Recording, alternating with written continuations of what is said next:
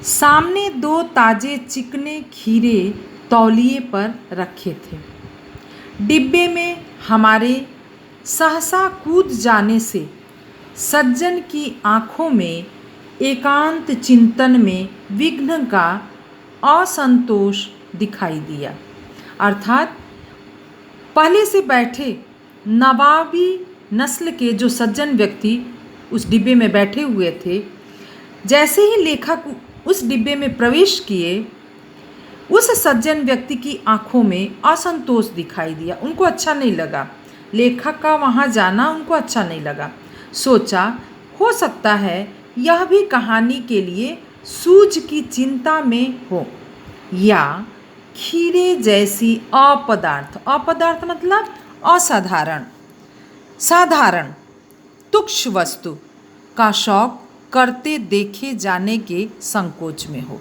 लेखक ये सोचे कि कहीं ऐसा तो नहीं कि ये व्यक्ति भी कोई कहानी लिखने के लिए चिंतामग्न यहाँ पर बैठे हैं, या कोई कथ्य सोच रहे हैं, या खीरे जैसी साधारण वस्तु खाने बैठे हैं, इस कारण से ये संकोच कर रहे हैं।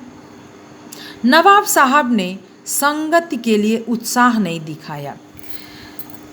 हमने भी उनके सामने की बर्थ पर बैठकर आत्मसम्मान में आंखें चुरा ली। अर्थात न नवाब साहब ने कोई आगे से उत्साह दिखाया लेखक से बात करने के लिए, और न ही लेखक ने नवाब साहब से बात करने के लिए उत्सुकता दिखाई। खाली बैठे कल्पना करते रहने की पुरानी आदत है। लेखक ये बता रहे हैं कि जब भी मैं कभी खाली बैठता हूँ तो कल्पना करता रहता हूँ। नवाब साहब की असुविधा और संकोच के कारण का अनुमान करने लगा। संभव है नवाब साहब ने बिल्कुल अकेले यात्रा कर सकने के अनुमान में किफ़ायत के विचार से सेकंड क्लास का टिकट खरीद लिया हो। अब देखिए, लेखक के दिमाग में कई तरह के विचार आ रहे हैं कि नवाब साहब अकेले इस डिब्बे में क्यों बैठे हैं, तो उनके दिमाग में कई कल्पनाएं चल रही हैं। तो टिकट खरीद लिया हो और अब गवारा न हो कि शहर का कोई सफ़ेद पोश उन्हें मझले दर्जे में सफ़र करता देखे।